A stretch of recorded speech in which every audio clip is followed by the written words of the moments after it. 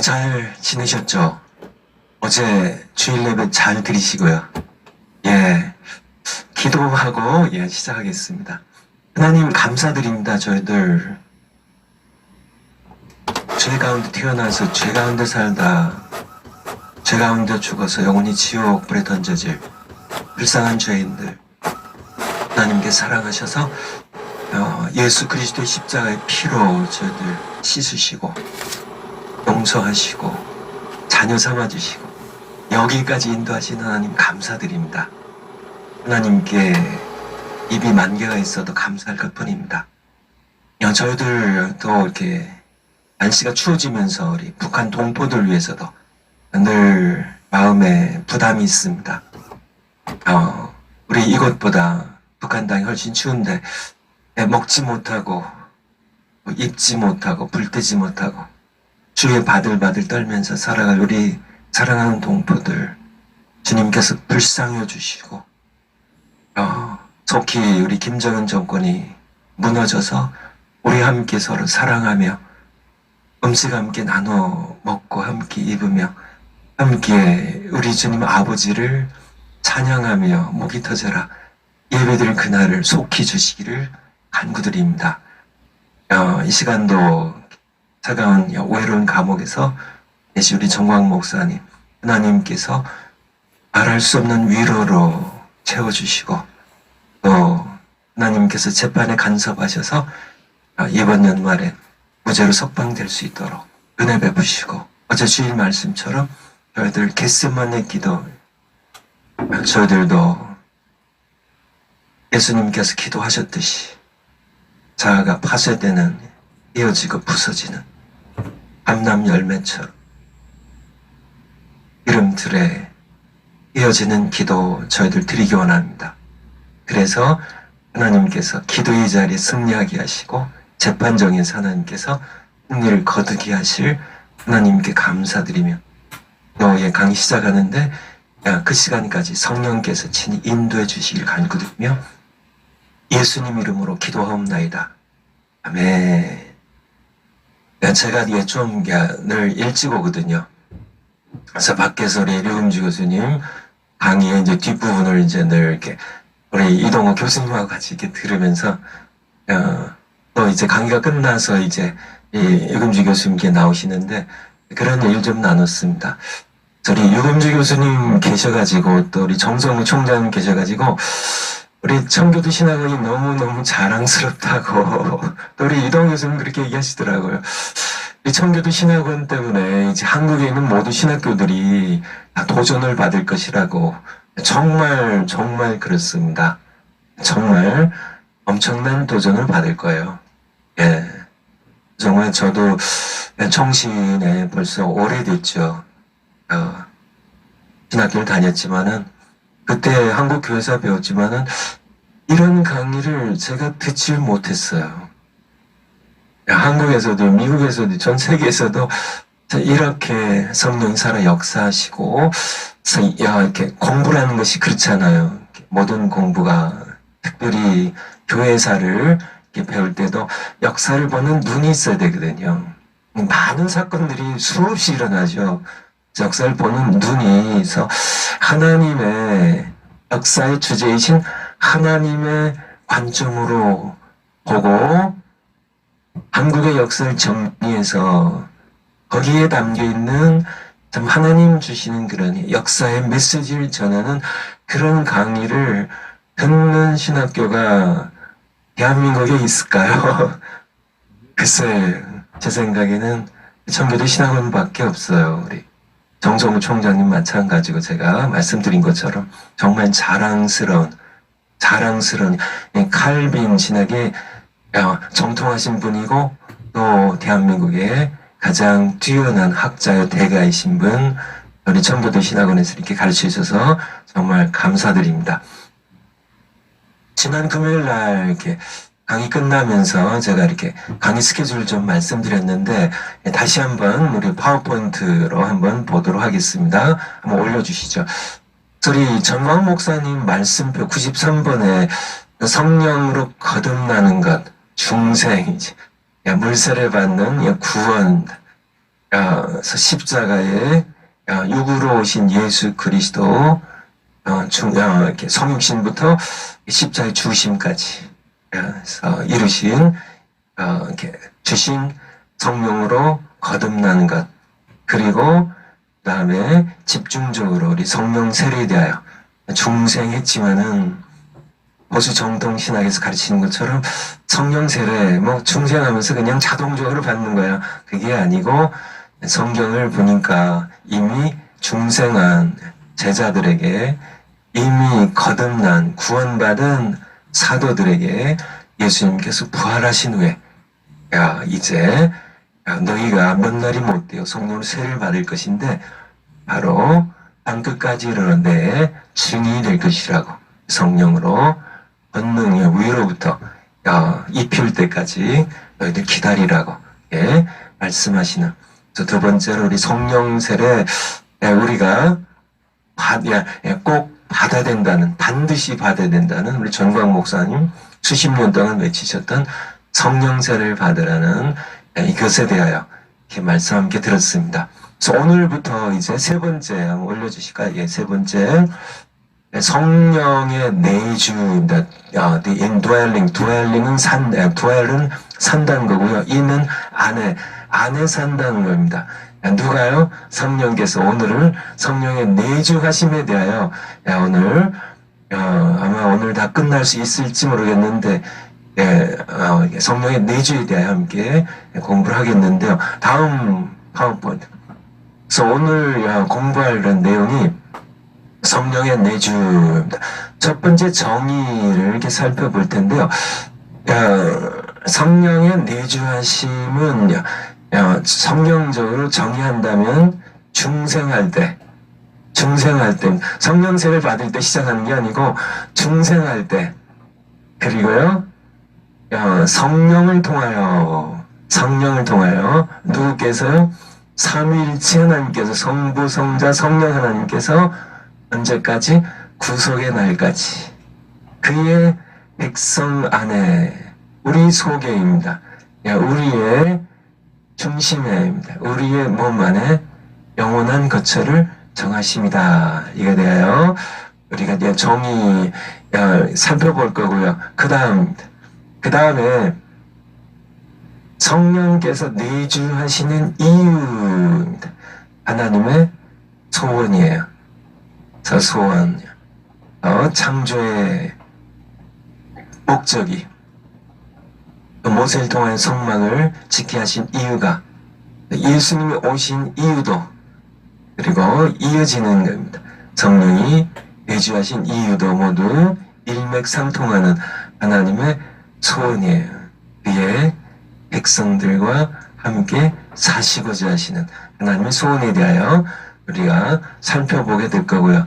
그 다음 세 번째, 성령님의 내주하심은 하나님의, 우리가, 여러분이 하나님의 상속자임을 보증한다. 네 번째 우리가 살펴볼 것은요, 성령의 내주하심은, 내주하신 성령님은 우리에게 은사들 나눠주신다는. 다섯 번째는 내주하신 성령님께서 우리 안에서 성령의 열매를 맺게 하신다.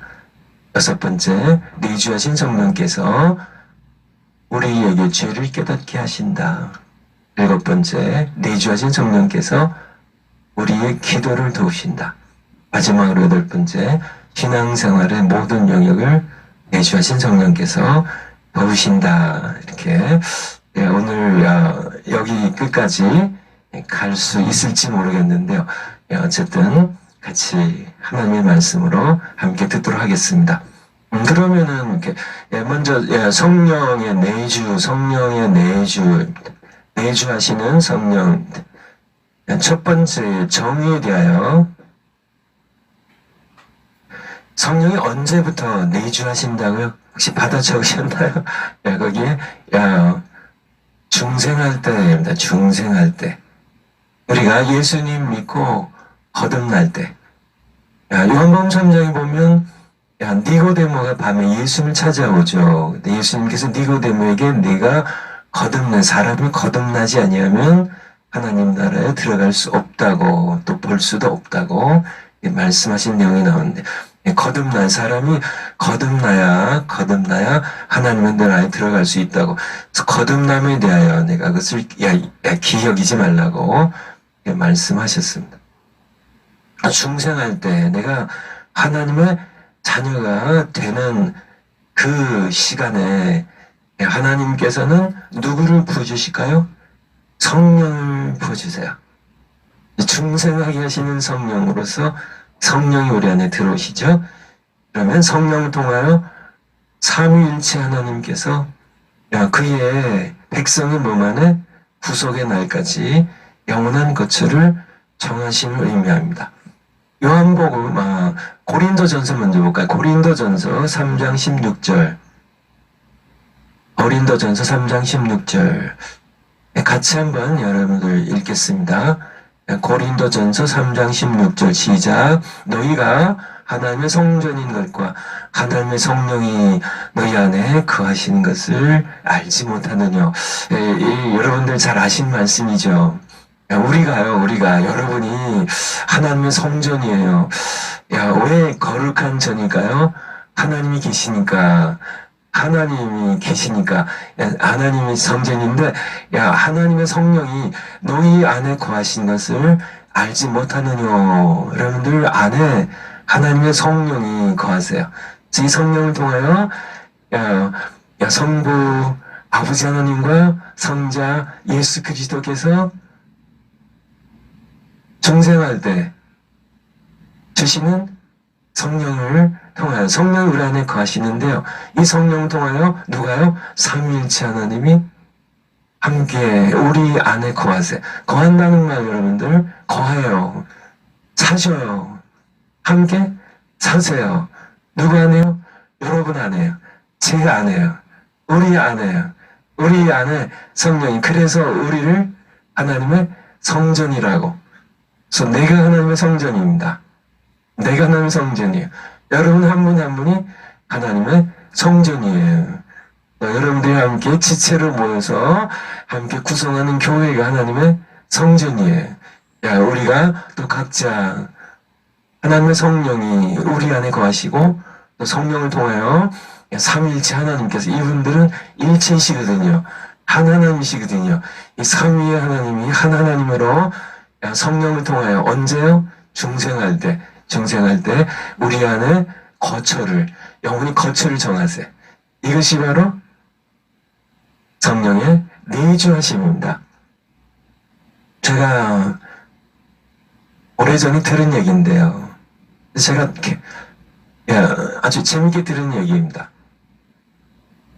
어떤 그런 백성이 옛날에요. 저 그냥 시골에서 이렇게 이름 없이 지내던 어떤 백성이 나라를 구하는 큰 공을 세웠습니다.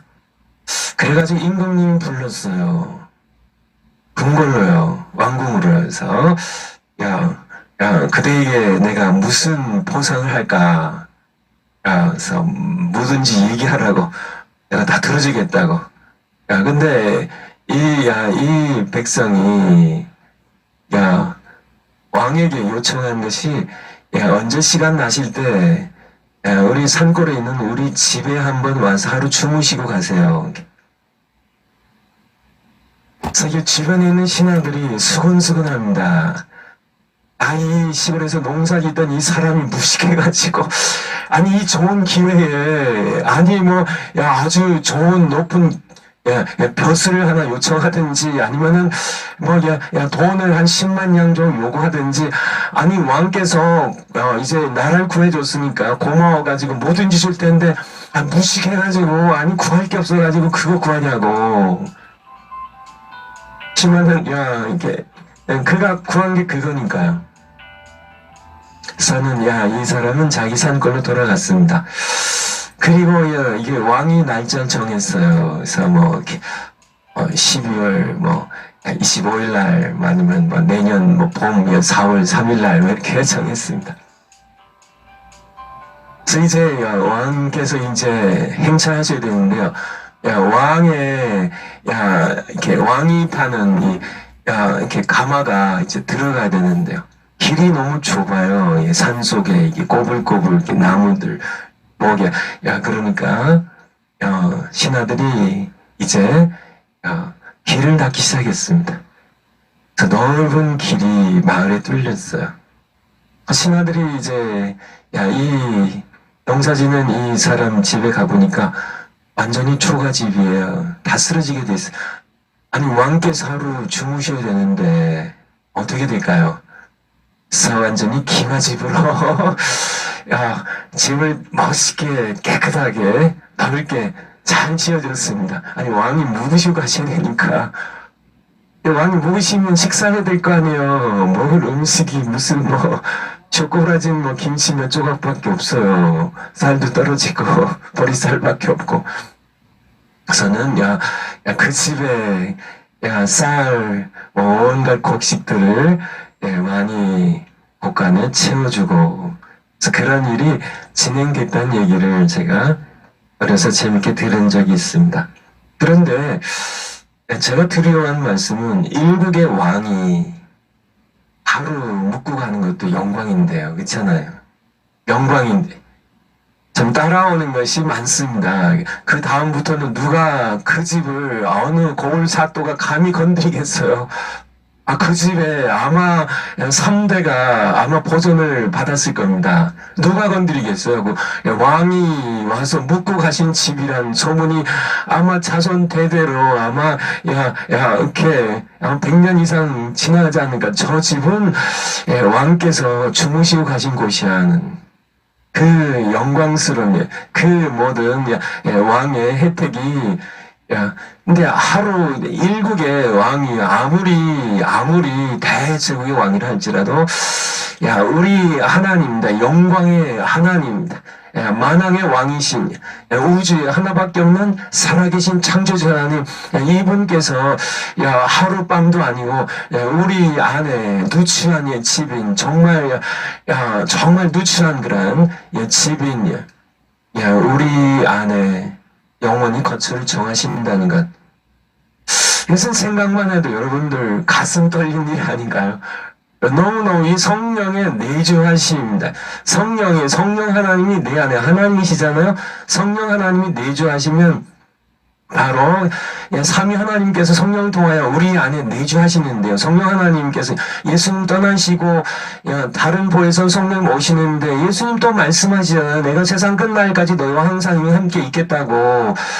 우리 요한복음에도 마찬가지인데요. 요한복음 14장 16절부터 요한복음 14장 16절부터 내가 아버지께 구하겠으니 그가 또 다른 보혜사를 너희의 주사 영원토록 너희와 함께 있게 하시리니. 우리 17절 같이 한번 읽겠습니다. 시작. 저는 진리의 영이라 세상은 능히 저를 받지 못하나니 이는 저를 보지도 성령을 보지도 못하고 알지도 못합니다. 그러나 너희는 저를 아나니 저는 보혜사 성령님은 너희와 함께 구하시며 또 어디에요? 너희 속에 우리 안에 고린도전서 3장 16절 아시죠? 성령이 너희 안에 거하시고 알지 못한 너희 속에 우리 요한복음 계속요 17절 4장 14장 17절 너희 속에 누가요? 성령께서 우리와 함께 계시고 또 우리 속에 성령이 우리 속에 계세요. 성령 하나님께서 보혜사께서요. 18절 중요한데요. 내가 너희를 고아와 같이 버려두지 아니하고 우리를 예수님 떠나시잖아요. 지금 떠나시는데 우리를 고아처럼 버려두지 아니하시고 너희에게로 오리라. 무슨 말씀이에요? 예수님 가시는데 아니 가신다고 하시면서 근데 다시 오시겠대요. 고아와 같이 버려두지 아니할 것이래요. 우리는 예수님 떠나시면 우리는 고아입니다. 근데 그게 아니래요. 그렇게 버려주지 않으시겠대요. 좀 건너뛰어서 23절입니다. 14장 23절 보면은 예수께서 대답하여 가라사대 사람이 나를 사랑하면 내 말을 지키리니 내 아버지께서 저를 사랑하실 것이요. 우리가 저에게 와서, 여러분에게 와서 거처를 저와 함께 하리라. 거처입니다. 거처. 야, dwelling place예요. 야, 거처, in dwelling이에요. 이렇게 같이 동거하시는 겁니다. 같이 사시는 거예요. 우리가입니다. 우리가 누구예요? 아버지와 내가. 얘기하시잖아요. 내 아버지께서 저를 사랑하실 것이고, 우리가 내 아버지와 내가, 우리가 저에게 와서 거처를 저와 함께 하리라. 함께 사시겠다고요. 근데 누구를 통해서? 앞에 우리가 16절부터 봤던 것처럼 보혜사 성령님입니다. 보혜사 성령님은 어디 가세요? 너희 안에 계시겠습니다. 그쵸? 성령님을 통하여 우리가 아버지와 내가 예수님을 우리가 너희와 함께 거처를 함께 하겠다고, 함께 사시겠다고요. 우리 안에 함께 사시겠다고요. 너무 엄청난 영광입니다. 정말, 나 같은 게 뭔데? 그렇잖아. 여러분이 대체 뭔데요? 여러분이 아무리 뛰어나면 뛰어나대. 여러분들이 아무리 잘났어도, 여러분들이 아무리 고귀해도, 그래도 피조물인데, 피조물 가운데도 하나님을 거역하고 하나님을 향하여 대적했던 죄인들인데, 어떻게 하나님께서 그러한 참 누추하고 냄새나는 그러한 우리 안에 거하시기로 작정하시고 성령을 보혜사로 보내주시고 성령을 통하여 영원히 우리 가운데 내주하시나 했은 정말 영광스러운 여러분들 이렇게 계속 성령의 내주하심에 대해서 우리가 공부하겠지만은 여러분을 성령께서 내 안에 내주하신다는 것, 그것은 엄청난 이루 말할 수 없는 그런 영광이에요. 제가 오래전에 읽었던 기사인데요. 아마 제가 기억하기에는 박정희 대통령 시절인데요.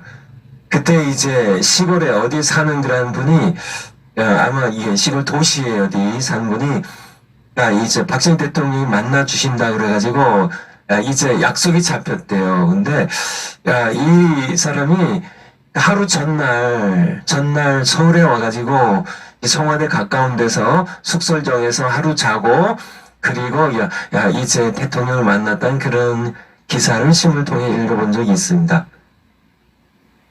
그냥 이분이 그냥 아침에 뭐 자기 차 타고 오거나 아니면 뭐 버스 타고 오거나 기차 타고 와도 돼요. 충분히 시간이 되는데 혹시나 기차가 혹시 뭐 연차 갈까봐 뭐 혹시나 버스가 고장 날까봐 혹시나 그러니까 정말 일국의 대통령을 잠깐 뭐 이렇게 1시간이나 만났겠어요. 30분이나 만났겠어요.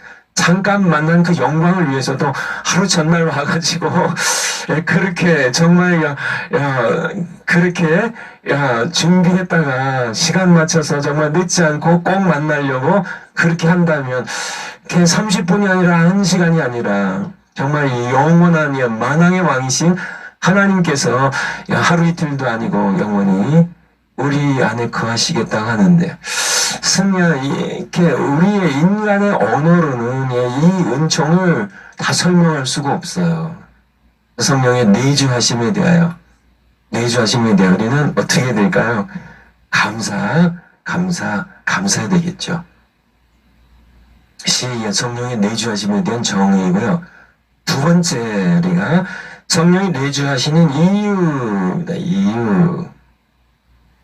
왜 성령이 정말 이렇게 그 누추한 인간의 마음에 인간의 생명의 중심입니다. 우리 가운데 왜 내주하실까? 왜 하나님께서는 성령을 통하여 삼위일체 하나님 거룩하신 분이 그 광대하고 크신 분이 왜 나 같은 그런 사람 안에 여러분 같은 그런 피조물 안에 거하기를 원하시나 그 이유에 대해서 이 이유는 창세기부터 요한계시록까지 쭉 나와 있어요. 정말 하나님께서는 이게 이 이유 하나님께는 소원이 하나 있으시거든요. 하나님의 소원입니다. 하나님의 소원. 여러분들 소원 있으시죠? 여러분의 소원이 뭐예요? 여러분의 소원이 뭐예요? 아들 하나 나이 먹는 아들이 있는데 장가가는 게 소원이신가요? 여러분들, 뭐가 소원인가? 젊은 분들은 제발 이렇게 아들 아니면 딸 하나 좀 낳게 해주세요. 이 소원인가요? 아니면 뭔가요? 저희가 아들만 있어가지고. 제 아내가 이렇게 아들 둘만 키우면서 제 아내 말이, 아들 둘 키우면 엄마가 조폭된다고요. 남자애들은 다 틀려요. 어려서부터 다 노는 게 틀려요. 뭐, 이렇게, 뭐든지 차고, 총, 두드리고 부시고 하는, 이렇게 아이들은 놀거든요. 딸 아이들은 뭐, 속꿉 장난하고, 이렇게 뭘 만들고, 이렇게, 요리하는 거, 이렇게 흉내내고 하는, 엄마 화장품 얼굴에 바르고, 이런 거 가지고 논다면, 남자애들은 무슨 싸우고, 발칵 뒤집어 엎고, 발로 차고, 이렇게 하니까. 어쨌든요. 여러분의 소원이 뭐예요, 소원이? 여러분이요. 근데 하나님께도 소원이 있어요. 창세기부터 요한계시록까지. 하나님의 소원이 있는데요. 하나님의 소원은, 그의 형상대로 칭을받은 사람과 여러분과 함께 사시는 거예요.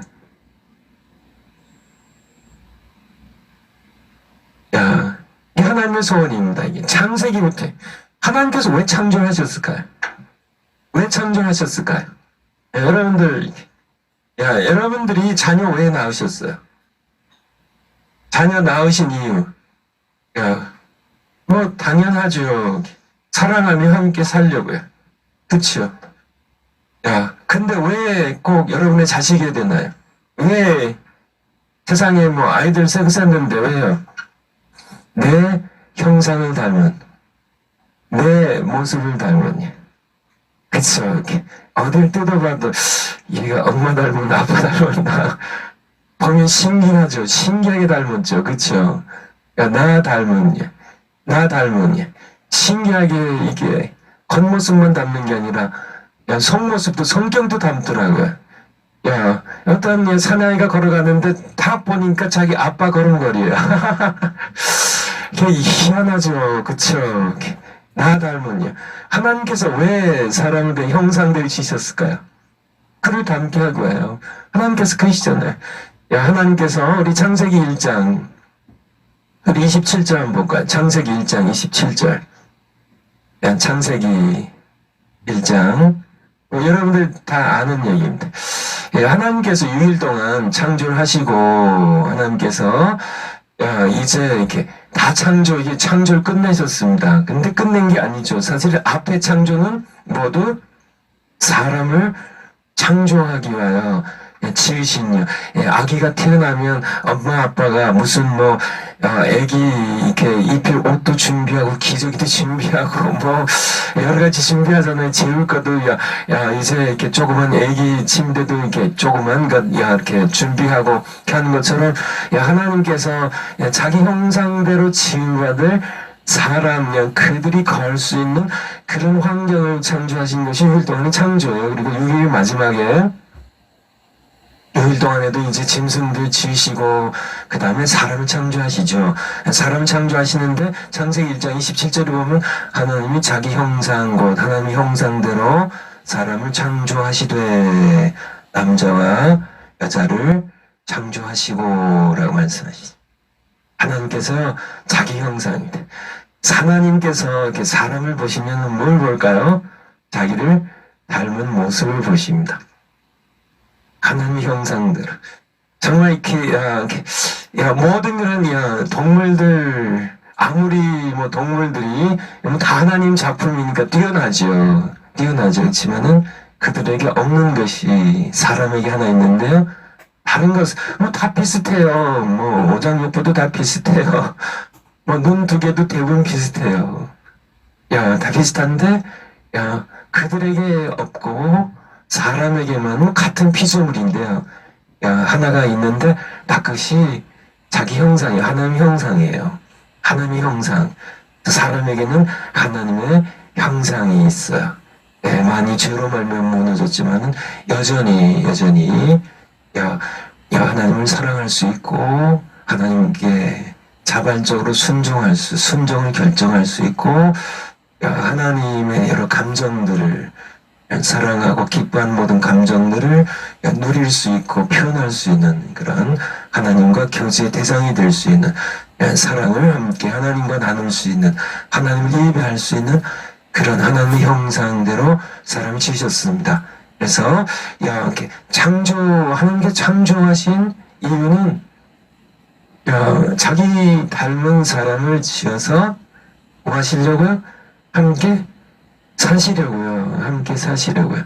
하나님의 이름이 임마누엘입니다. 임마누엘 뜻이 뭐예요? 함께 하시는 하나님이세요. God with us. 우리와 함께 하시는 하나님. 함께 사시 원하시는 하나님에 대해서 성령의 내주하심에 담겨있는 이유가 있는데요. 그것은 하나님의 소원이에요. 하나님에게 성령의 내주하심은 하나님의 소원입니다. 하나님 사람과 함께 하시는 그 소원이 그래서 창조 때부터 여러분들 성막에 대하여 여러분들 이렇게 출애굽에 보면 이제 출애굽시키시고 이제 계명을 주시고 언약을 맺으시죠. 그 다음에 하신 것이 이제 성막을 짓게 하시는데요. 왜 성막을 지으셨을 것 같으세요?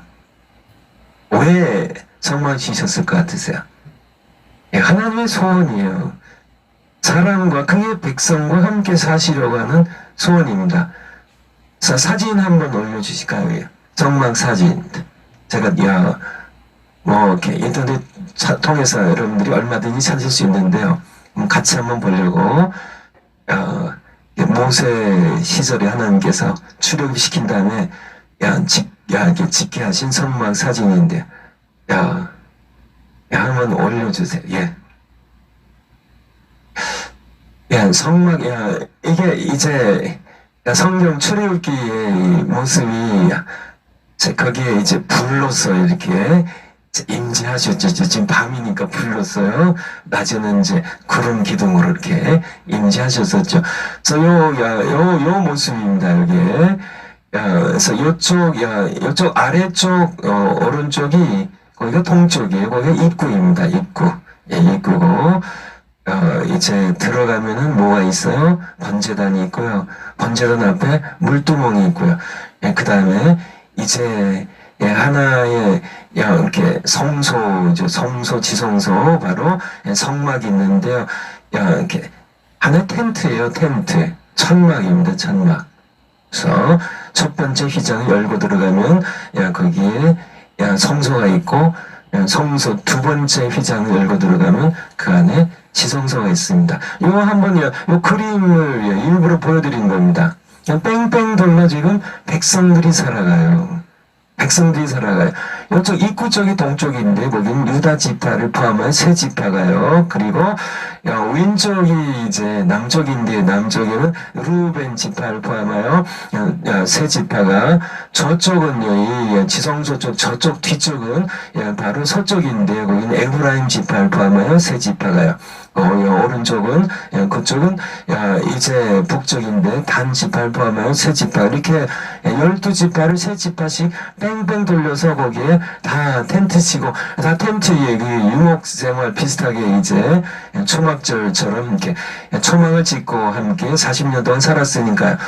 뺑뺑 돌려서 하나님께서도 이렇게 텐트 하나 이렇게 백성들이 텐트 이렇게 짓고 이렇게 사는 것처럼 이 모습이 바로 하나님의 소원입니다. 하나님께서 정말 이해하게 출애굽기 한번 보세요. 민수기 한번 보세요. 그 이미 있을 백성들의 삶을 보세요. 정말 탐욕으로 원망하며 불평하며 싸우며 정말 모세를 향하여 원망하고 정말 애굽을 구림하고 정말 금송아지 만들고 정말 이스라엘 백성들이 그렇게 냄새나는 죄악으로 냄새나는 그 백성들 사이에 비집고 하나님께서 들어가셔서 텐트 조그만 거 하나 짓게 하시고 이 우주도 감당할 수 없는 우주도 하나님을 담기에는 작은 피조물에 불과한 이 광대하신 하나님께서 이 성냥감 많은 작은 그런 이 텐트 하나 짓게 하시고 여기에 비집고 들어가셔서 냄새나는 백성들 사이에 함께 사시려고 하시는 하나님의 마음이 대체 어떤 마음이실까? 이 하나님의 소원이에요. 설명할 수 있는 것은 딱 하나, 사랑입니다. 하나님 이 세상을 이처럼 사랑하사 사랑이 그의 형상을 지음받은 정말 A가 태어나면요 아들이나 딸이나 전부 뭐 하는 게 딱 세 가지입니다. 먹고 싸고 자는 거예요. 다른 거 없습니다. 다 그냥 뭐 계속이요 다 정말 하나님의 형상대로 지음받은 인간이 하는 게 정말 먹고 자고 사는 거 외에는 없을 만큼 죄악 가운데 더럽히고 냄새나고 탐욕으로 교만으로 위선으로 온갖 식의 질투로 서로 다투며 음란하고 우상숭배하고 하나님을 대적하고 하나님을 거역하며 불순종을 살아가는 이 백성들이 뭐가 그렇게 하나님 좋으시다고 그 한복판에요. 한복판에 텐트 하나 작은 것 짓게 하시고 사실 이게 하나님의 소원이에요. 이 하나님의 소원을 이해해야 우리가 성령의 내주하심을 이해할 수 있어요. 하나님의 소원입니다.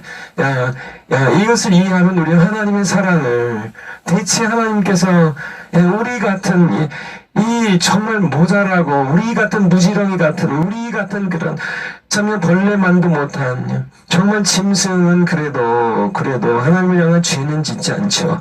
정말 이 짐승보다 못한 그런 사람들을 왜 그렇게 사랑하시는지 그 사랑을 이해하려면 하나님의 소원을 하나님 창조하신 이유를 우리가 이해하면서 함께 이해할 수 있습니다. 다음 사진 한번 볼까요? 다음 사진. 그래서 여러분들이 이렇게 성령의 내주하심을 우리가 이해하려면 이게 이제 이렇게 한번 뜯어놓고 이렇게 본 겁니다. 이렇게 사진으로 왼쪽이 이제 입구예요. 입구에 들어가면 이제 번제단이 있고요. 물두멍이 있고요. 오른쪽에 이게 두 사람이 이제 제사장이다.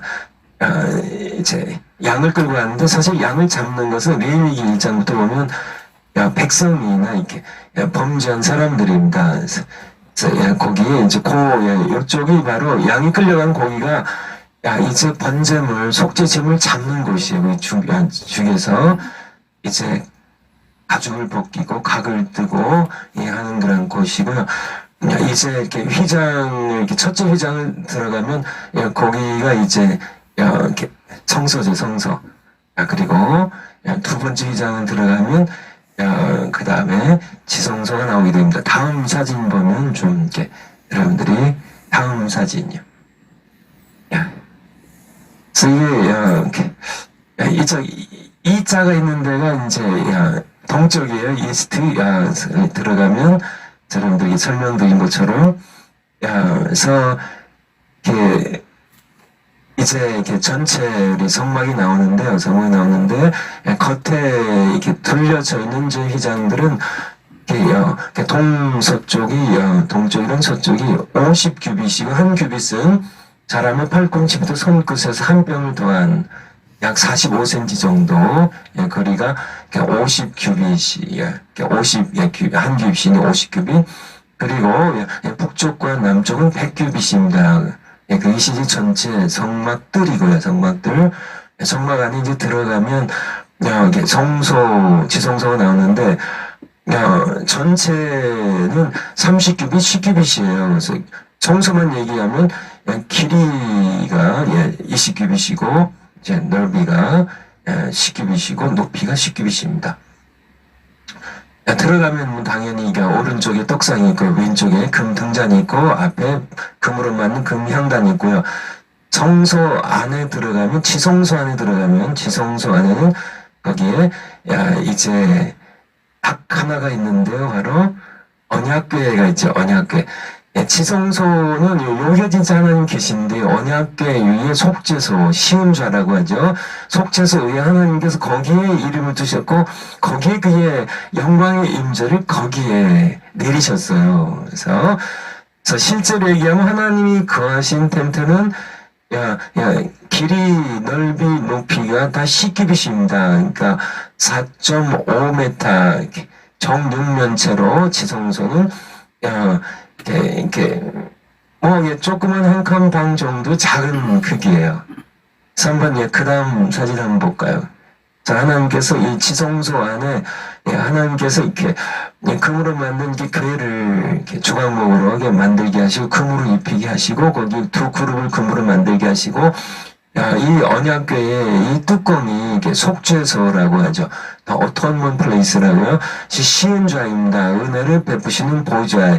여기에 이게 이제 하나님께서 직접 그의 영광 가운데 아까 첫 그림에 보았던 것처럼 불 기둥으로 가면은 낮에는 구름 기둥으로 여기 임하셨던 이 언약궤의 모습이고 언약궤 모습이고 이 언약궤가 하나님의 임재의 상징인데 이것이 있던 곳이 바로 작은 정육면체 10규빗의 텐트였다는 겁니다. 지금 말씀드리려고 하는 것이 하나님께서 이렇게 우리 첫째 그림 한번 다시 한번 볼까요?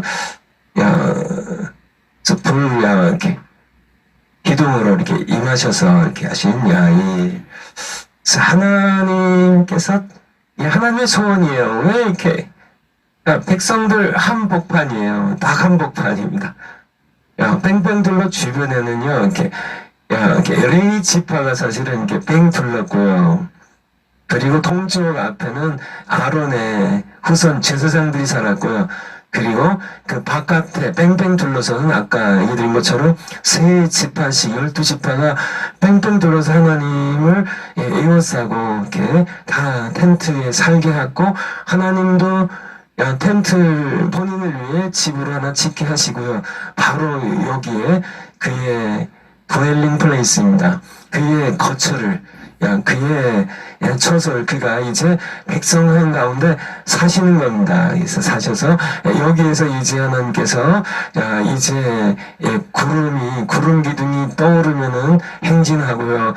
구름 기둥이 멈추면은 같이 백성들이 이렇게 뺑뺑 둘러서 텐트 치고 같이 사는 여러분들 광야 생활 40년을 여러분들 생각해 보시면 이 모습입니다. 그래서 떠오르면은 같이 텐트 걷어가지고 또 하나님 텐트도 걷어들여서 같이 이동하고 메고 이동하고 또 이제 구름 기둥이 멈춰서면 또 거기다가 하나님 텐트도 쳐드리고 다 자기네들 이제 텐트들 다 이게 치고 여기서 함께 또 같이 몇 날이고 몇 달이고 함께 여기서 하나님 모시고 살아가는 게 하나님께서 이렇게 함께 사셨어요.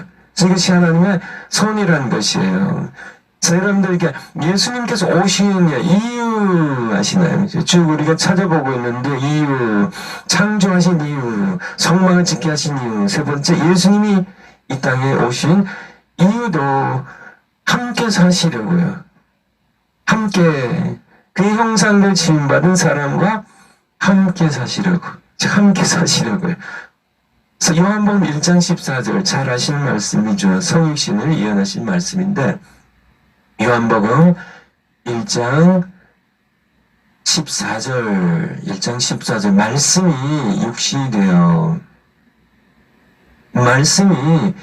육신이 되어 우리 가운데 뭐 하심에 거하심에 이게 여러분 우리가 이렇게 그냥 너무 잘 알아가지고 그냥 훌쩍훌쩍 그냥 쉽게 넘어가기 쉬운데요.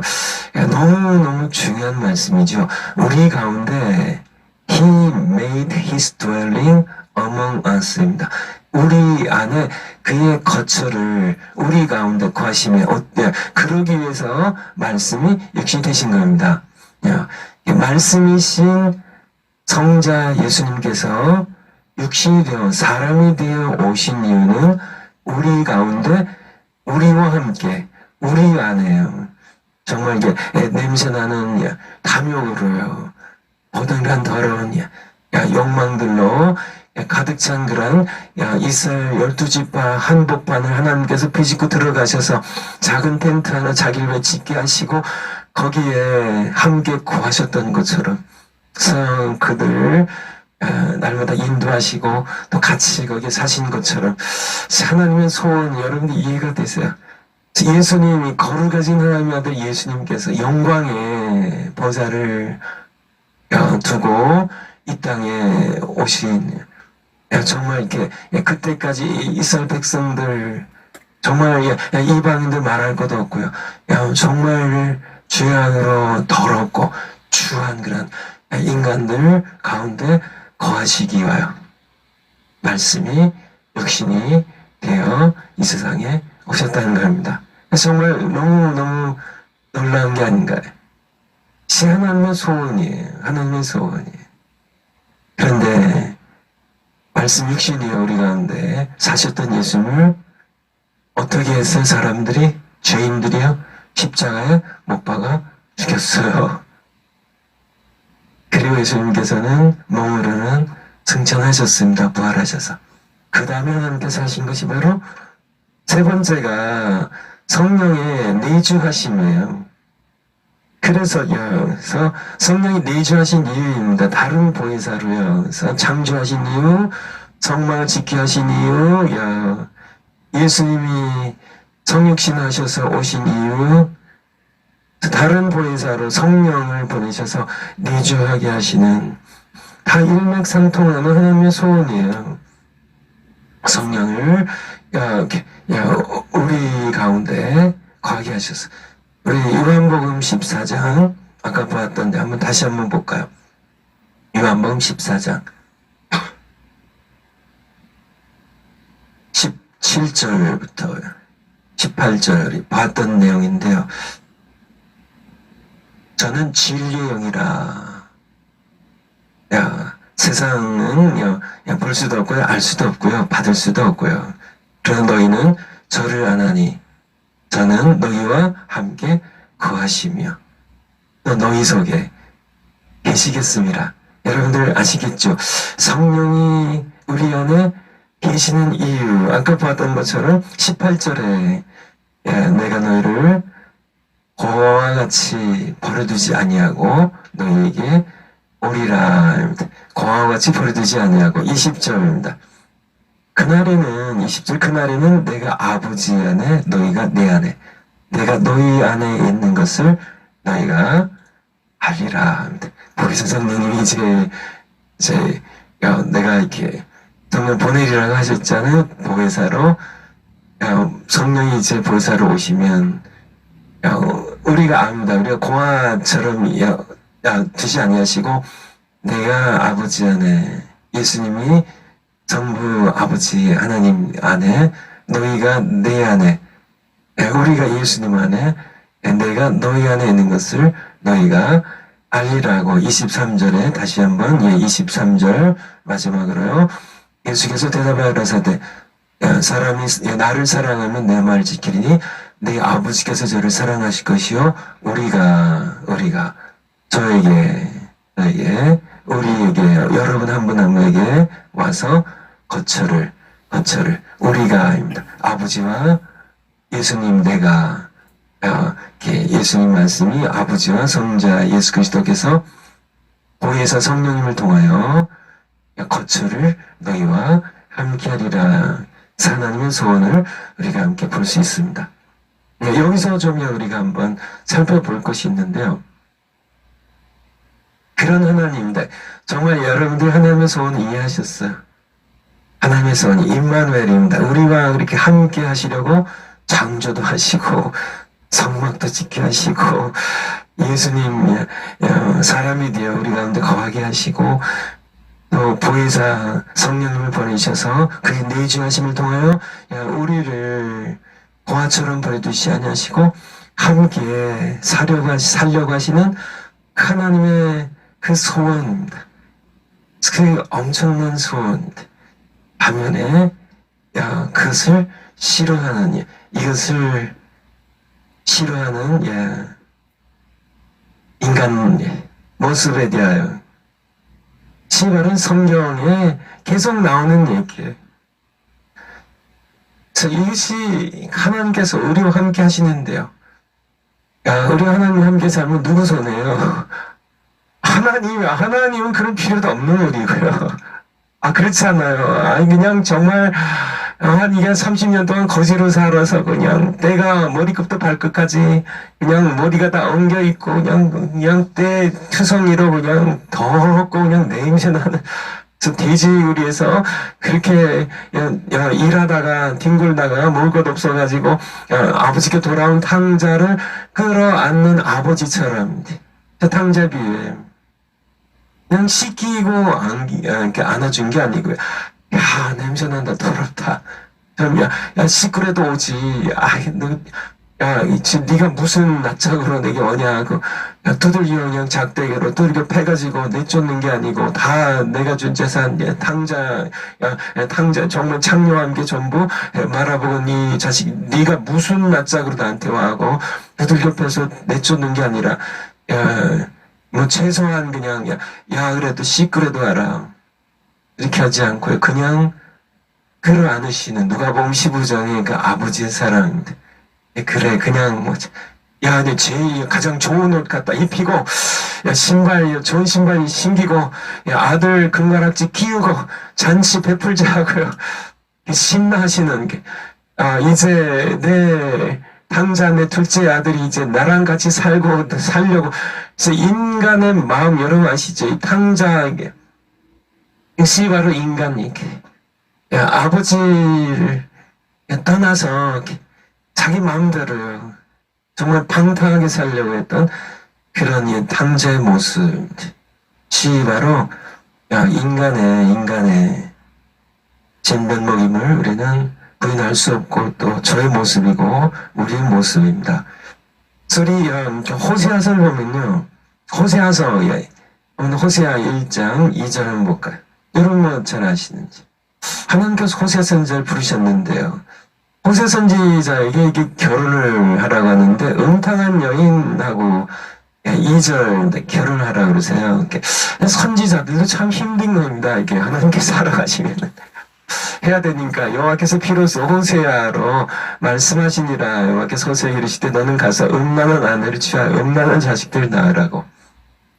왜냐하면 이게 하나님께서 시청각 교육을 시켜주시려고요. 호세아가 호세아 거룩한 하나님의 선지자가 음란한 이렇게 여자를 취해서 아내를 맡고 음란한 자식들을 이렇게 낳음을 통하여 이 나라가 여호와를 떠나 크게 행음함이니라. 이것을 선포하기 위하여 호세아에게 음란한 아내와 결혼하게 해요. 그래서 자녀를 이렇게 셋을 낳고 또 더 낳는지 모르겠지만은 1장에 보면 자녀를 셋을 낳게 됩니다. 2장에 가보면 호세아서 3장으로 건너뛰죠. 호세아 3장 1절 한번 보죠. 호세아 3장 1절 보면 여호와께서 내게 호세아에게 이르시되 이스라엘 자손이 다른 신을 섬기고 음란이죠. 건포도 떡을 즐길지라도 이방신들에게 우상들에게 드렸던 이 음란은 건포도 떡을 즐길지라도 여호와가 저희를 이 백성을 이렇게 바람난 이 백성을 사랑하시나니 너는 또 가서 타인에게 연애를 받아 음부가 된 그 여인을 사랑을 하시기로.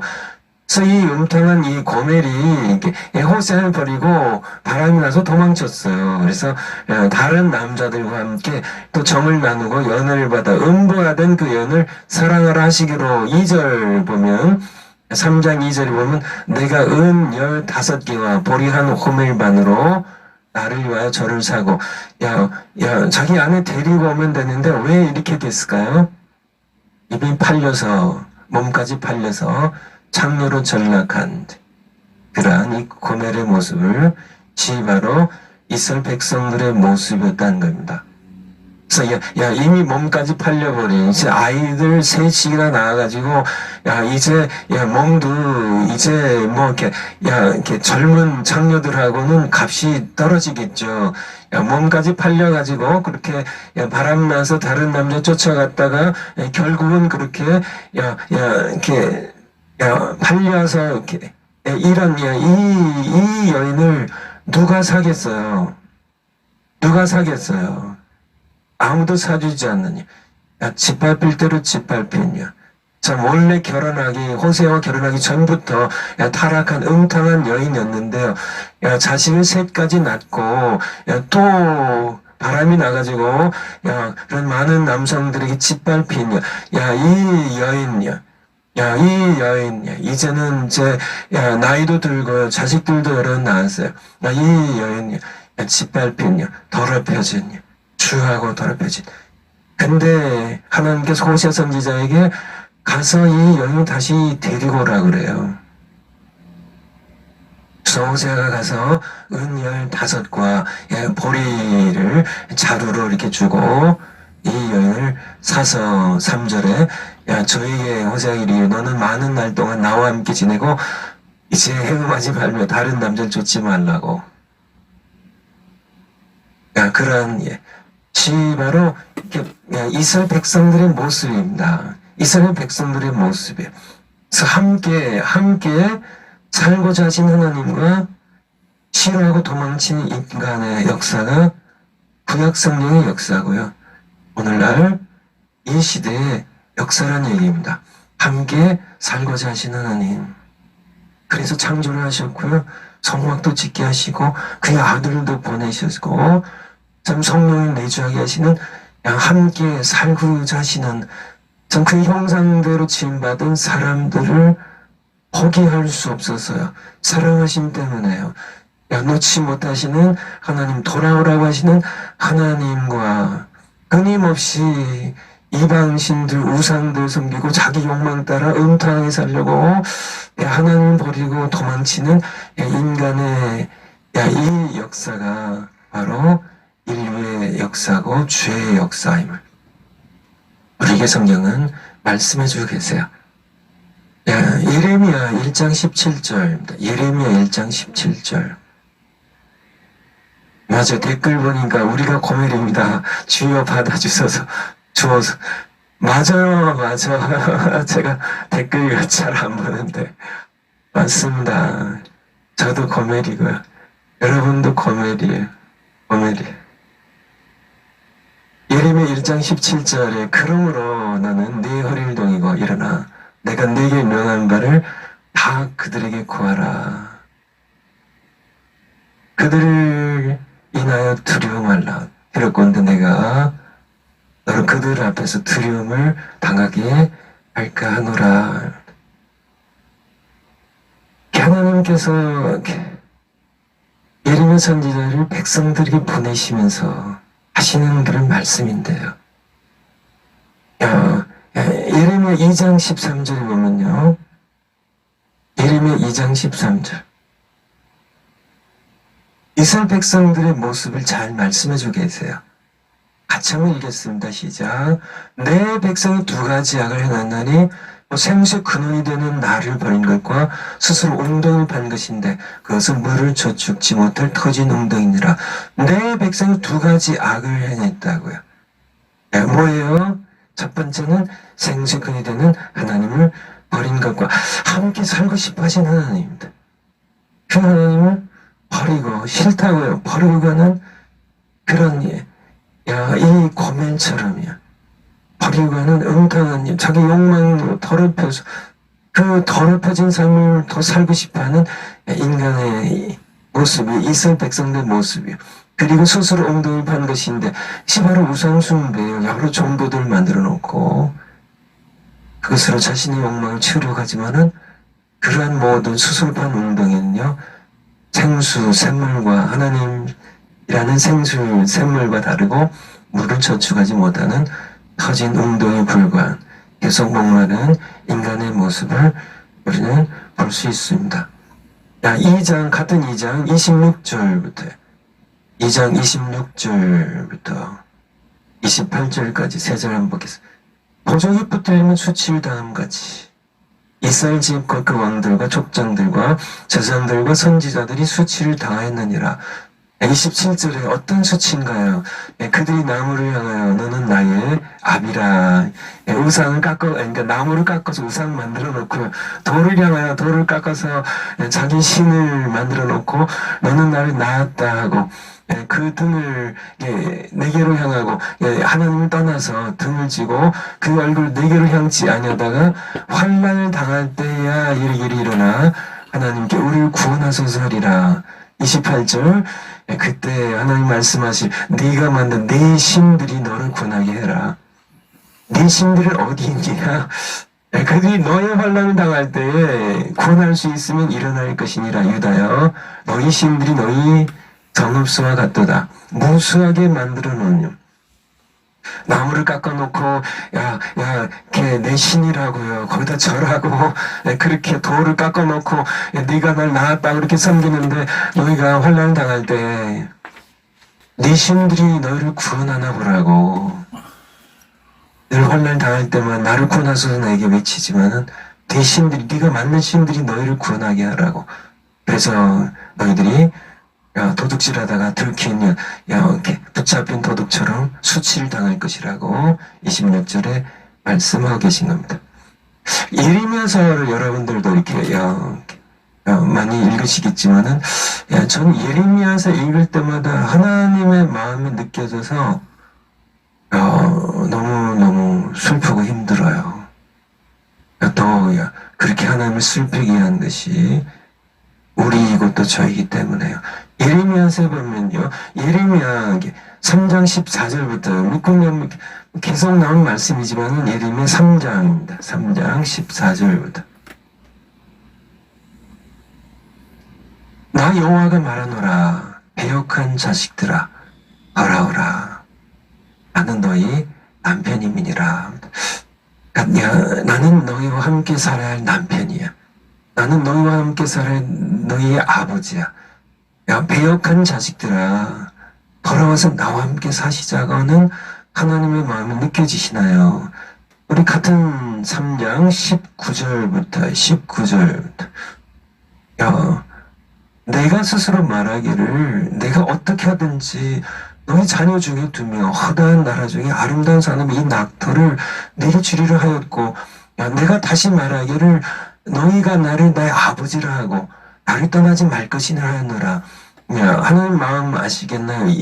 내가 너의 아버지고 내가 너의 남편이고 나는 너와 함께 살길 원하는 아버지고 남편이라고 왜 나를 떠나냐고 떠나지 말라고 나와 함께 살자고 하시는 돌아오라고 하시는 20절입니다.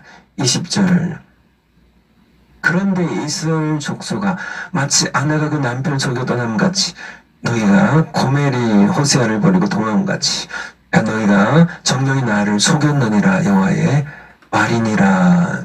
21절 소리가 사산 위에 들리니 이게 우상 숭배하는 그런 모습이죠. 자기 하나님을 선한 여호와를 잊어버렸으므로다. 22절 같이 한번 읽겠습니다. 배역한 자식들아 돌아오라 내가 너희의 배역함을 고치리라. 여기에 나와 있는 것처럼요.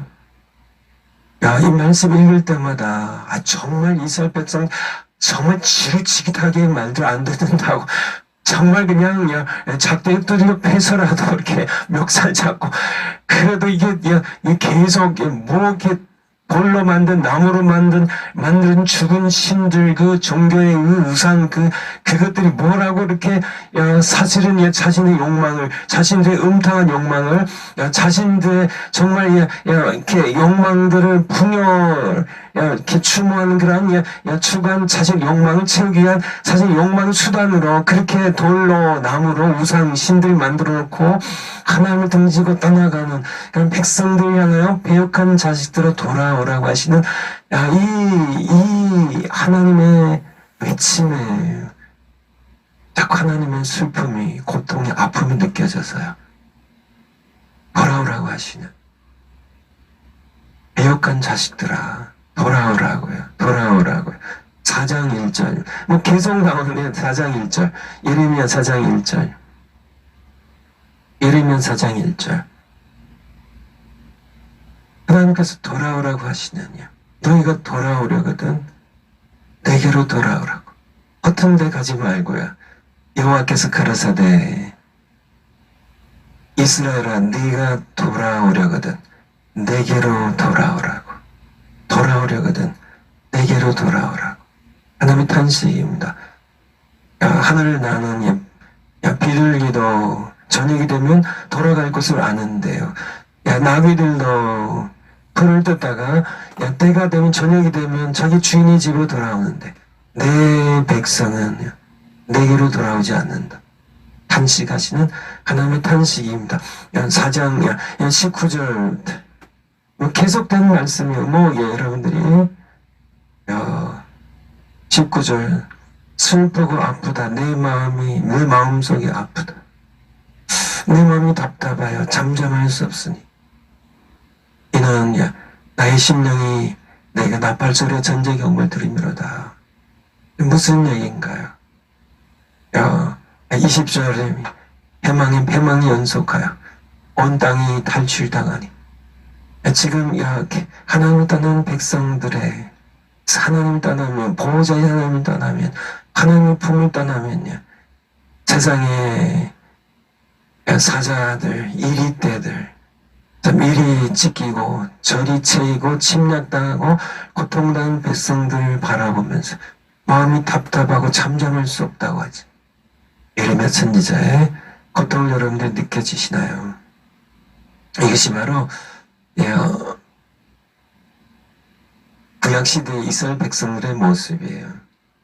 이것이 바로 구약의 역사입니다. 구약 성경 한번 쭉 보세요. 창세기부터 말라기까지 보세요. 계속되는 끊임없이 하나님을 거역하고 음탕한 고멜처럼요.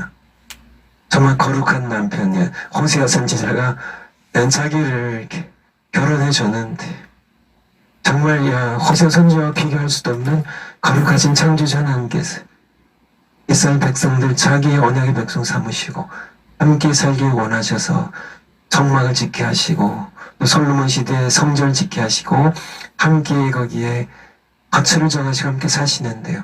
불편해하고요. 그 성막을 더럽히고 그 성전에 오늘 우상들을 므낫세 시절에 이제 그렇게까지 하죠. 결국은 하나님께서 다 무너뜨리고 마시지만은 결국 다시 하나님께서는 그의 아들을 말씀 육신 우리 가운데 거하심에 우리 가운데 거하게 하시는 그의 아들을 십자가 못 박아 죽였지만은 부활하시고 승천하신 다음에 다시 성령께서 우리 가운데 내주하시면서요. 우리와 함께 살고자 하시는 하나님의 열망을 하나님의 그 사랑을 여러분들이 좀 이해하셨으면 좋겠어요. 하지만은 백성들 끊임없이 우상 숭배하고요. 끊임없이 하나님을 떠나서 하나님을 버리고 떠나는 그러한 인간의 모습 에덴 동산부터 시작해가지고요. 지금까지 끊임없이 하나님을 버리고 떠나는 지만은 이스라엘 백성들 역사만 아니란 얘기예요. 오늘날도 새 언약의 백성인 우리도 마찬가지임을 우리가 인정하지 않을 수가 없죠. 제가 언젠가 우리 요리 연구관 이혜정 씨에 대한 얘기를 여러분들에게 드린 적이 있는. 이분의 그 신문 기사를 보니까 제가 이렇게 신문 기사에 공개된 거니까 이분에게 좀 미안하지만은 본인이 죽고 싶지 않대요. 돌아가신 시어머니 만날까봐. 그래서 그것이 이 시대의 모습이 아닌가 싶어요. 이것이 바로 구약 시대의 이스라엘 백성들의 모습이기도 하고요. 그래서 1, 2년 전에 난 기사인데요. 명절 때마다 우리 추석 때 그리고 설날 때 이제 많이들 이렇게 친정도 가고 시댁도 가잖아요. 근데 이 추석이 지나고 그리고 설날이 지나면 요번에도 이제 아마 추석이 지나고 이제 설날이 이제 또 내년 초에 다가올 텐데 이 가정법원의 이혼 이렇게 신청이 급증한다고 그래요. 급증입니다. 그냥 야, 뭐, 이렇게 조금 넣는 게 아니라, 야, 왕창 늘어버린다 그러죠. 그러니까 대판 싸우고, 시댁 갔다가 대판 싸우고, 아, 나 이 남자랑 못 살아. 그러니까, 야, 그냥 이렇게 시어머니 치자만 들어도 이렇게 경기를 일으키나요, 이 며느님들이. 아, 그냥 무조건 싫어요. 뭐, 그냥, 뭐, 김치 담궈줘도 싫고, 그냥 이렇게, 뭐, 와서 이렇게, 뭐, 이렇게, 얼굴 보고 가는 것도 싫고요. 야, 하물며, 와서, 시부모님이 와서, 이렇게 하루 이틀 주무시고 가는 것도 아니고, 야, 영원히 사신다고 하면, 이거는 뭐, 난리 나는 거죠. 뭐, 이혼이 아니라 이혼 할아버지라도 하려고 하는, 그런, 야, 이 시대의 모습이,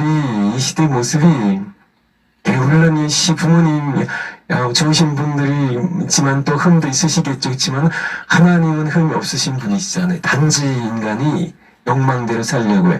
그냥 이렇게 시부모님 없는 데서 그냥 마음대로 밥 쭉 먹고, 그저 내가 먹고 싶은 거 먹고, 뭐 말하고 싶은 거 말하고, 뭐 애들 그냥 혼낼 거 혼내고, 뭐 남편 뭐 박대할 거 박대하고, 내 마음대로 살려고 그렇게 시부모님 이렇게 안 모시고 살려고 하나요?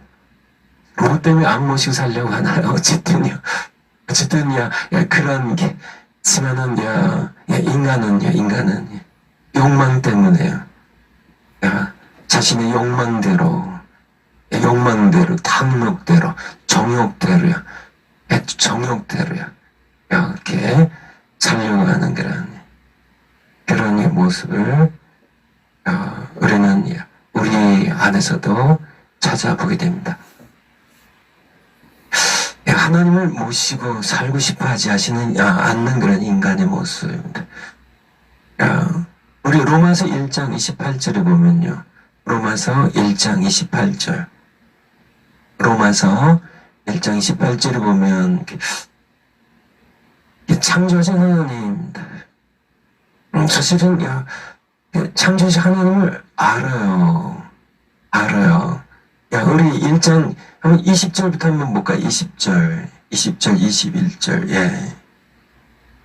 창세로부터 그의 보이지 아니하는 것들, 그의 영원하신 능력과 신성이 그 만드신 만물에 분명히 보여 알게 되나니, 그러므로 저희가 핑계치 못할지니라. 21절, 하나님을 알되, 모르는 게 아닙니다.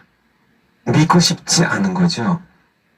인정하고 싶지 않은 거죠. 20절 말씀처럼 하나님 만드신 만물이 분명히 보여 알려졌나니 이 펜이 있으면요, 이게 그러니까 펜을 만든 사람, 펜이 있으면 펜을 만든 사람이 있는 것처럼, 우리가 이렇게 있으면은, 무엇이 펜이 존재하면 만든 사람이 있는 것처럼, 제가 존재하면 저를 낳은 분이 계신 것처럼, 만물이 있으면은, 20절에, 만물이 있으면은, 20절에, 그 만드신 만물의 창조 이래로, 하나님 보이시지 않지만은, 영이시니까요. 그렇지만은 그 만드신 만물에 분명히 보여 알게 되나니 알아요.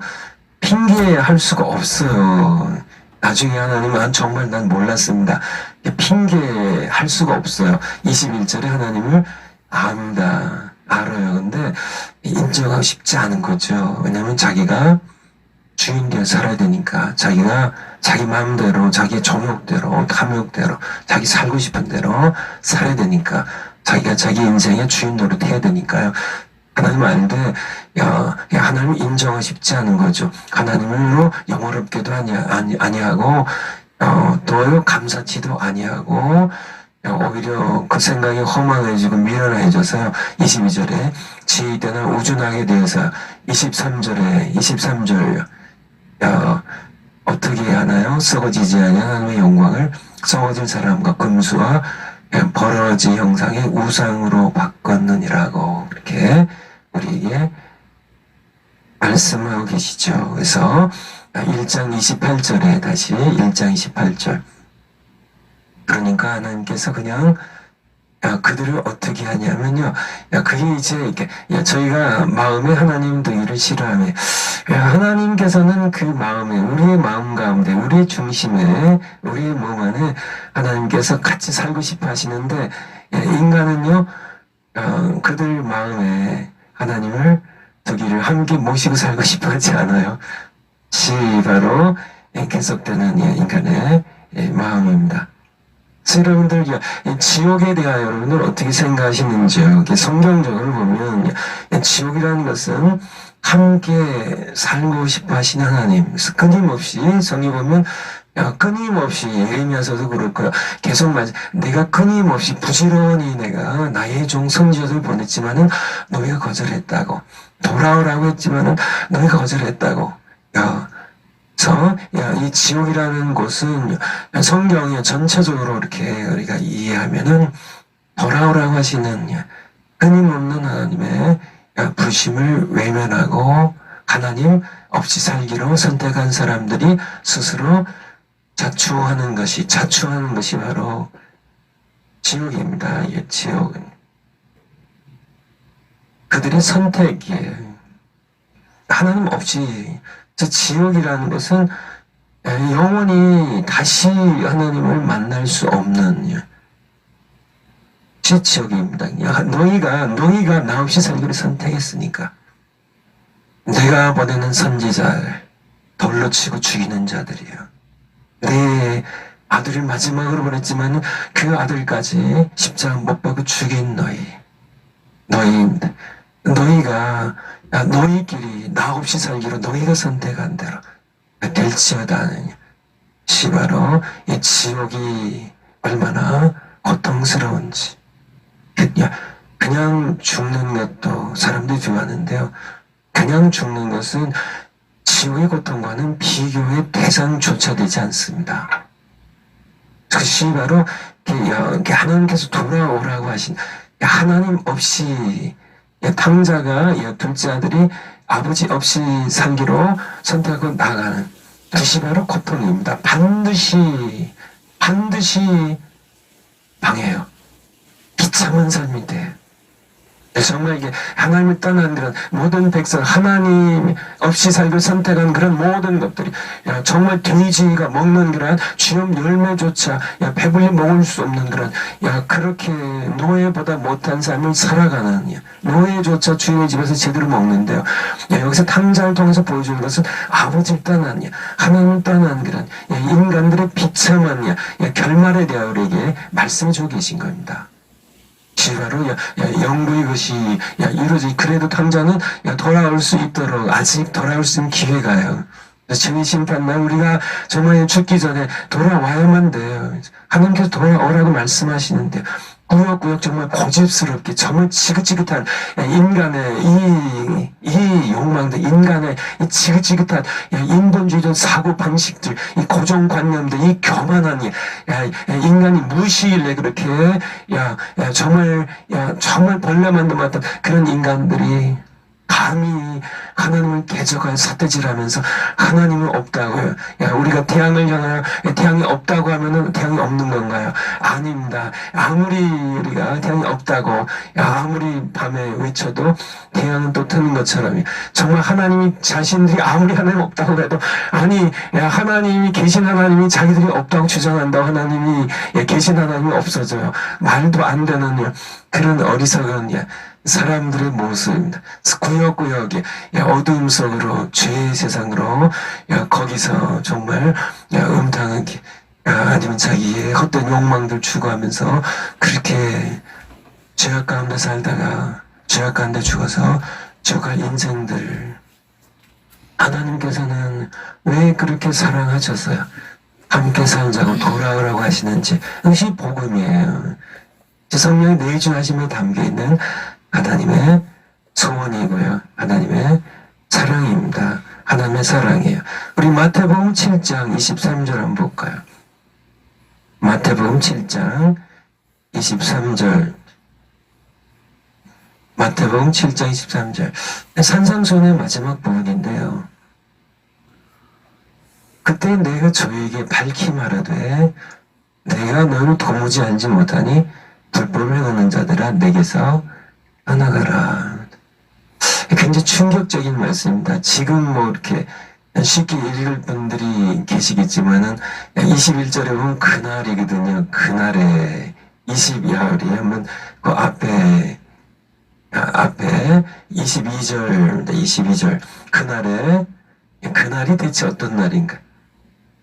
예수님 재림하셨어요. 영광의 왕으로 재림하셔서 심판하신 날입니다. 그날에 많은 사람들이 나도 이르되 주여 주여 우리가 주의 이름으로 예수님 이름으로 성전 노릇하며 예수님 이름으로 귀신 쫓아내고 예수님 이름으로 많은 권한 행치 아니하였나이까 하리니 23절에 그때 내가 저에게 밝히 말하되 23절입니다. 야, 내가 너희를 도무지 알지 못하니 불법을 행하는 자들아 내게서 떠나가라입니다. 떠나가라는 아마 하늘이 무너지고 땅이 꺼지는 충격일 겁니다. 아니 예수님은 절 모르세요. 내게서 떠나가라. 예수님께 떠나라 하신 말씀은 무슨 말씀인가요? 지옥 가라는 말씀이에요. 예수님이 떠나가라는 스스로 자초한 겁니다. 자초한 것이죠. 자기들이 자기의 일을 한 겁니다. 자신들의 욕망을 추구한 겁니다. 자신들의 성공을 구한 겁니다. 거기에 대한 선거입니다. 누가복음 13장입니다. 누가복음 13장 22절입니다. 누가복음 13장 22절부터 보면은 예수님께서 이제 예루살렘을 향하러 가르침 예루살렘으로 여행하시더니 이렇게 쭉 이제 24절에 좁은 문으로 들어가라고 이렇게 말씀하셨고요. 25절에 집주인이 일어나 문을 한번 닫은 후에 너희가 밖에 서서 문을 두드리며 주여 열어주소서 하면 저가 대답하여 가로되 나는 너희가 어디로서 온 자인지 알지 못하노라. 이 말씀은 모른다는 얘기가 아니라 너와 나는 상관이 없다는 얘기예요. 26절에 그때 너희가 말하되 우리는 주 앞에서 예수님 앞에 먹고 마셨으며 또 예수님 우리 앞에 가르치지 않으셨습니까? 27절에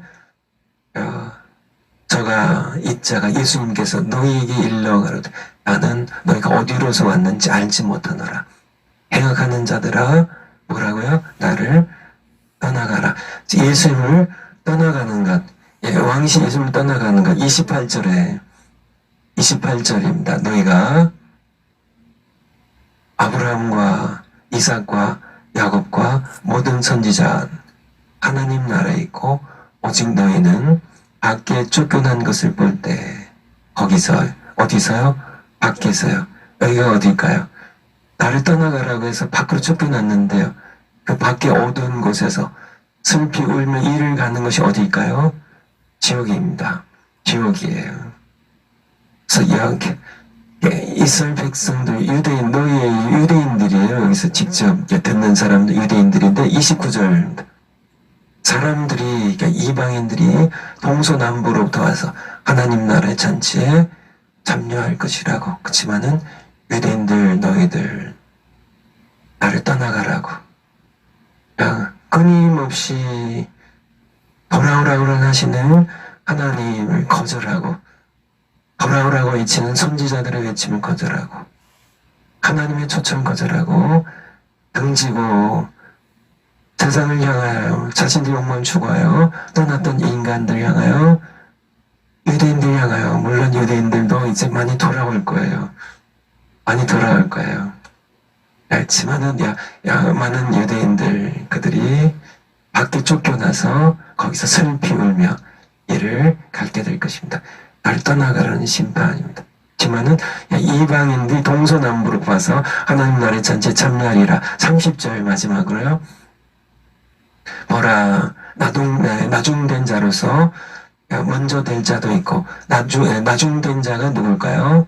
나중된 자는 이방인들입니다. 동서남북에서 사람들이 이방인들이 먼저 되기도 하고요. 먼저 된 자로서 유대인들 먼저 복음도 먼저 들었고요. 아브라함 부르셔서 먼저 하나님의 선민이 되었지만은요. 나중될 자도 있느니라 하시더라. 이렇게 예수님께서 말씀하고 계십니다. 그래서 이렇게 우리가 함께 성령의 내주하심에 대해서요. 그래서 이렇게